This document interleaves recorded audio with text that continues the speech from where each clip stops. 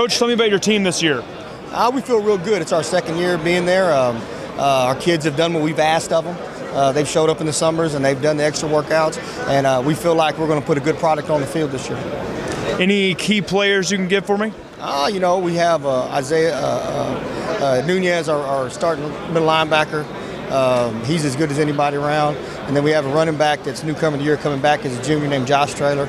I think he averages 6.9 yards a carry last year. So we look forward to those guys. But really, honestly, the depth of the O-line, we're excited. We think we have 10 guys we can play. We feel really good. We got our outside receivers back. And then defensively, we feel like in our secondary can be a really strong point of our defense. And then our front's been really good. We feel really good about our team right now. What are the expectations going into this season? Our expectations are to win the first one and then keep building off that.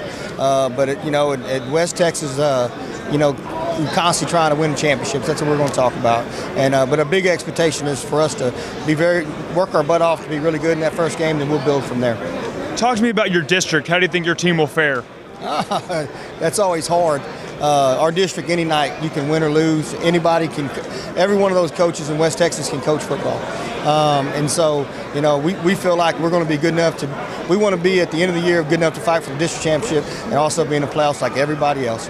That's every team in that district has that same goal. And then now getting there is a lot of work before you get to that point. So, a lot of things, you got to be lucky, you got to stay injury-free a little bit. But we feel good. We feel good about it.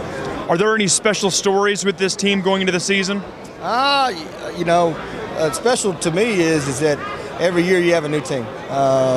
And so every year you're trying to get a new team to gel. The life expectancy of a team is 1 year because people they graduate, they move on, all those kinds of stuff. So how can we get this team to be a family and to love each other and play for each other? That's the key to winning, I believe. And so special stories, no. It's just been a special group on how they've all bought in since the last season and worked their tails off. So that's about as special as can be. What transitions have you made from last season to be able to make it to a state championship in your mind? Just off season. We got there late in the spring the year before, and so we got them, and we had about 2 weeks for spring ball, and so it's kind of always trying to catch up. But the biggest thing is strength development and speed development, and then getting kids. We felt like we had to raise our academic situation, and so all those things have gotten better in the second year. Our commitment, how they work, all that has changed.